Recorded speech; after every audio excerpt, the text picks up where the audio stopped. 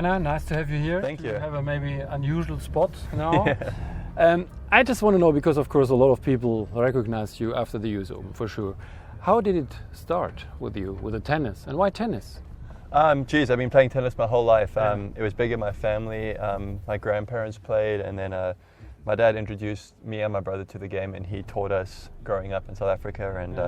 And tennis is very popular in South Africa. There's a lot of people who have tennis courts, and we were fortunate enough to have a tennis court at our house. So practicing was very easy, and my brother was, we were very close in age. So I was very lucky to have him to practice with always, and then my dad who spend obviously a lot of time with us. So I had that going for me, and I just took a strong liking to tennis from a young age, and haven't looked back since.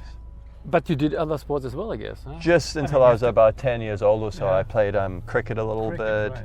And track and fields, I remember, or cross country. A little bit, but I mean, just because it helps with tennis, Okay. And then I swam a little bit, but by the time I was 10, 11, tennis was definitely my primary focus. And I guess with 12 you won a tournament. Didn't you won a prize to go to Germany or something? Yeah, it was part of the at that time the Nike Junior World Tour, right. and I won the South African part, so that was my first trip overseas to we went to Germany, and that was my first exposure to international Where did you tennis. go? Do you We went remember? to Stuttgart. Okay. And that was the first time I saw, there was a professional tournament on then at the same time, so I got to see some of the pros playing. So that was a nice first. Can you remember who was it?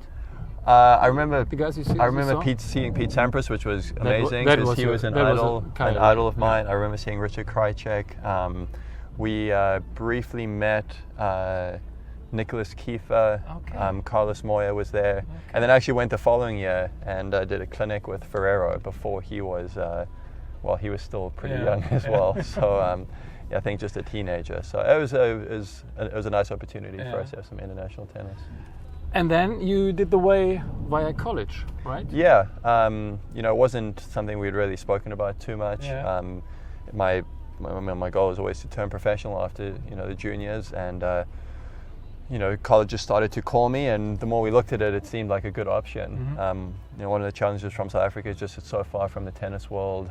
With the exchange rate, it's incredibly expensive. I didn't have much support in terms of the federation at the time then, and we thought, if I can go to the States, go to a good college. I was able to play pro events in the summer, which is 3 months long. Then establish a base in the US, continue to develop as a player. So, I saw it purely as a way to continue to develop my game. And then, after 2.5 years, I felt I was ready to turn pro. And by that stage, I sort of found myself a little bit in the US. And obviously, there's a lot of tournaments there, and it's much easier to live and travel out of there than it would have been out of South Africa. So, in hindsight, it was a great decision. I'm watching you now, for years, and of course everybody is talking about how you changed on court. I mean, you practiced this, right? To express yourself a little bit more, just to say this, come on. Because in juniors, because as I said, I follow you for a long time, it was not there.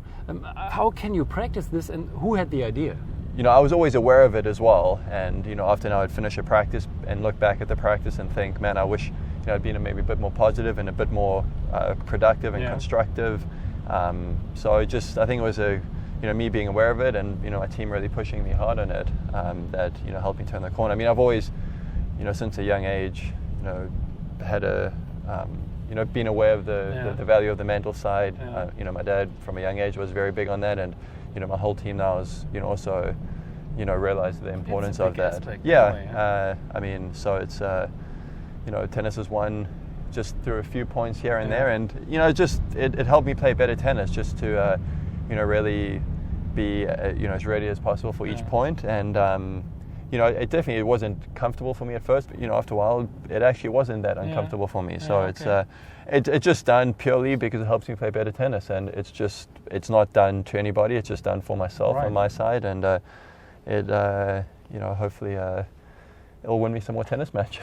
And it's also to show it the opponent, that he sees, hey, he's still hot. I mean, I'm in the lead, I'm break up or whatever, but he's still there. Yeah, I mean, of course, you don't want to, I'm not trying to, get all pumped up in my opponent's face. That's not my character, and that's not what I'm trying to do. It's, it's just about me. But definitely, if I look over and I see my opponent, more positive and constantly fighting, definitely, I'd rather see him being negative and being upset as opposed to really, fired up and ready to compete for every point. So, definitely, I think it lends itself to that as well.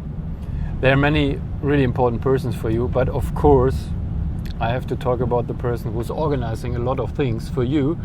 And I would like to compare it a little bit with Roger, because Mirka is also, just putting everything away from him because she knows how professional life is. So maybe you just can talk a little bit about Kelsey, your wife. Yeah, I mean, she's been traveling with me now for 4 or 5 years on the tour full time, which is, more than most, other professionals, wives or girlfriends or, significant others. And it's, it's been a great help. I mean, in various aspects. I mean, you can talk about the administrative stuff. I mean, that definitely helps. I mean, just in terms of whether it's taking care of stuff at the house or, our travel arrangements. You trust the person, yeah, that's also important. I mean, so that helps a lot. Yeah. But then also just, from a support standpoint, both on the court, she knows me probably better than anybody, and, can provide some very valuable support for me on the tennis court. So there's those 2 aspects, and then of course just being able to spend this time together. I mean, she was working in the city and we were doing a long distance relationship for many years, and we felt looking back, this is the time we can share together, and just it's nice having that that relationship, which we can, obviously we get to go to a lot of nice places. And it's also a question of money, by the way. So it took a while until I think you found the decision, okay, now we can do it together. Yeah, and that's always funny with tennis, whether it's your wife or your support staff.